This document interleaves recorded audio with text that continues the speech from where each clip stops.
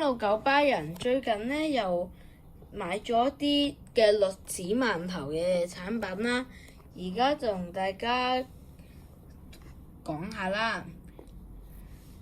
呢一個我覺得買嘅原因咧係因為我覺得栗子饅頭個人係比較有型啦，尤其是嗰啲出卡哇嗰一聲，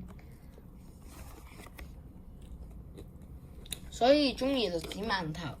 另外小白咧，佢好溫柔，好愛錫出卡哇，所以呢樣嘢都係我覺得比較欣賞嘅地方。胡薩基個人咧就即係好勁，有啲跳起咁樣嗰啲聲，所以我都中意胡薩基。胡薩基個人比較特別。哥布林就有啲慘，但係幾 Q 咯。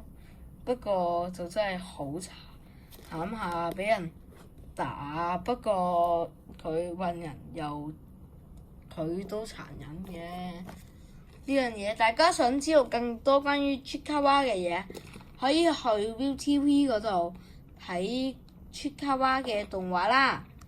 我哋下集再見，拜拜。